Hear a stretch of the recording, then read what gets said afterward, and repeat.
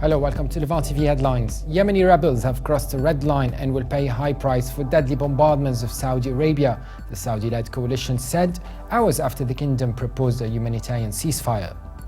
Iran has rejected allegations it was interfering in Yemen by backing rebels there, accusing Saudi Arabia of seeking to absolve itself of responsibility in the war-torn Arabian Peninsula country. The US Senate has overwhelmingly passed legislation giving Congress the right to review and perhaps even reject any nuclear deal with Iran, the culmination of weeks of wrangling over how to hold Tehran to account. A Pakistan military helicopter carrying diplomats to the launch of projects in northern Pakistan has crashed, killing 6 people, including the ambassadors of Norway and the Philippines and the wives of the ambassadors of Malaysia and Indonesia.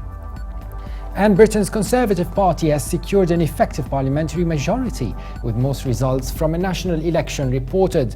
On this occasion, I would like to extend our congratulations to the Prime Minister. And now let's have a look at the top headlines in today's newspapers in the Middle East. Starting from Beirut, the Daily Star leads reporting that Hezbollah said 3 of its fighters have been killed in this week's fierce clashes in the Syrian Kalamoun region on Lebanon's eastern border. The paper also reports that Lebanon's ambassador to Pakistan was not on board the helicopter that crashed in the north of Pakistan that killed 6 people, including the ambassadors of Norway and the Philippines. From Cairo, the Egypt Independent leads reporting that the United Group law firm has submitted a draft law against the use of torture and cruelty to President Abdel Fattah al-Sisi, asking the law to be applied as soon as possible. The paper also reports that 3 anonymous gunmen attacked a policeman affiliated with the Bani Suwaif National Security Agency outside his house and injured a passerby before escaping. From the UAE, the Khalij Times leads reporting that Saudi Arabia has proposed a 5-day humanitarian ceasefire in Yemen after weeks of airstrikes and clashes with top US diplomat John Kerry, urging Iran-backed rebels to accept the offer. The paper also reports that the UAE is seeking some form of US security guarantee from President Barack Obama's Camp David meeting with the 6 Gulf Cooperation Council nations. Now let's have a look at top Middle East papers here in London.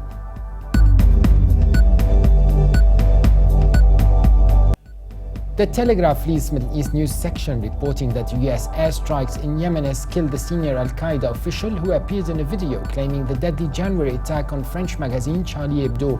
Nasser bin Ali al-Ansi, who was killed in the April strike along with his eldest son and other fighters in the port city of Mukalla. The Guardian leads Middle East news section reporting that the US Senate has advanced legislation that would allow Congress to review a nuclear deal between world powers and Iran, clearing a major hurdle after weeks of Republican infighting threatened the bill's passage. Under the compromise, Congress would have 30 days to both review any nuclear accord with Iran and pass a resolution of disapproval. Also from London, the Independent leads Middle East news section reporting that Palestinian officials have warned that the newly formed and potentially unstable government in Israel would bury the possibility of a 2-state solution between the 2 sides, one of a number of issues that threatens to damage Israel's standing in the international community. And now let's have a look at Middle East headlines in international papers. From Berlin, the Deutsche Welle reports that a spokesperson for the government of Jordan said military training for the first group of 90 Syrians with US troops began several days ago. US Defense Secretary Ash Carter said the US was training the rebel groups to fight against militants with the self-declared Islamic State and would support the fighters it trains with surveillance or airstrikes once they return to the battlefield. And in the US, the New York Times reports that furious over the unexplained death of a chambermaid, ethnic Kurds in Mahabad, an Iranian provincial capital, rioted yesterday, apparently setting the fire that roared through the hotel where she had worked. Police officers used tear gases to disperse the crowds, according to news accounts, witnesses, and images posted on social media. For more updates, please visit levant.tv. Thanks for watching and bye for now.